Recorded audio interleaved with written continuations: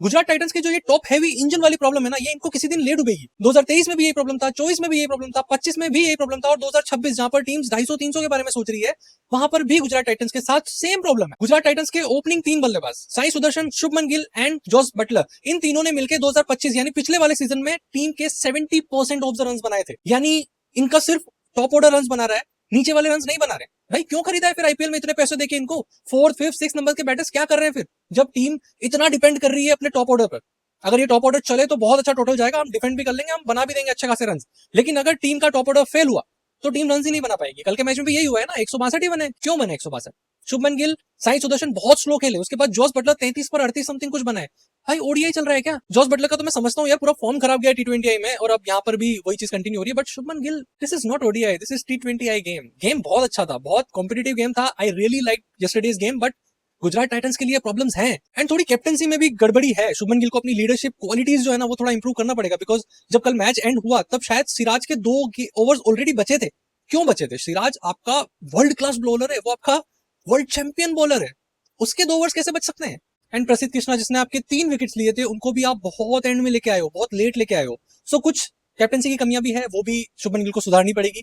And better luck next time for Gujarat Titans. But overall game बहुत अच्छा था, I really like that. Ishan Kishan, अब वो हाई टाइम आ गया है कि एसआरएच को अपने करंट कैप्टन यानी ईशान किशन को एज परमानेंट कैप्टन देखना पड़ेगा। और ये मैं कोई हवा में बात नहीं कर रहा हूँ, ईशान किशन के नंबर्स बोलते हैं, ईशान किशन की परफॉर्मेंसेस बोलती है कि वो डिजर्व करता है कैप्टनसी। कल के मैच में 65 रन की विक्ट्री दिलाई एसआरएच को, और पूरे मैच में इन्वॉल्व थे।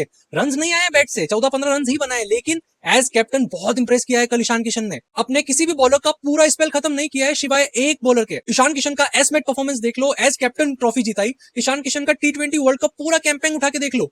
भाई क्या अनबिलीवेबल परफॉर्मेंसेस दिए इस बंदे ने, एंड उसी बेसिस पर ईशान किशन को एज अ टेम्परेरी कैप्टन अभी एसआरएच ने अपॉइंट किया है। बट मैं कह रहा हूं क्यों टेम्परेरी? पैट कमिंस अवेलेबल नहीं है स्टार्टिंग में, एंड ईशान किशन हमारा डोमेस्टिक बंदा है यार। Ishan Kishan full time available है एसआरएच के लिए। रोहित शर्मा, विराट कोहली, ये हमेशा से ऐसे कैप्टन रहे हैं जो फुल टाइम अवेलेबल थे अपनी टीम्स के लिए, एंड वही चीज ईशान किशन कर सकते हैं। इसलिए इट्स हाई टाइम कि एसआरएच को ईशान किशन की ओर परमानेंट देखना पड़ेगा कि ये बंदा हमारा परमानेंट कैप्टन हो सकता है। एंड पॉकेट डायनामाइट है यार, उस बंदे की बैटिंग परफॉर्मेंसेस देख लो, उसकी विकेट कीपिंग, वो एक बड़ा एडवांटेज लेके आता है अपने साथ कि वो विकेट कीपर बैटर है। और फिर कैप्टनसी, उसके रोल्स देखे आपने, क्या कैप्टनसी करता है ये बंदा। I mean Ishan Kishan could be a perfect fit for SRH इस पूरे सीजन के लिए, और मे बी फ्यूचर के लिए भी।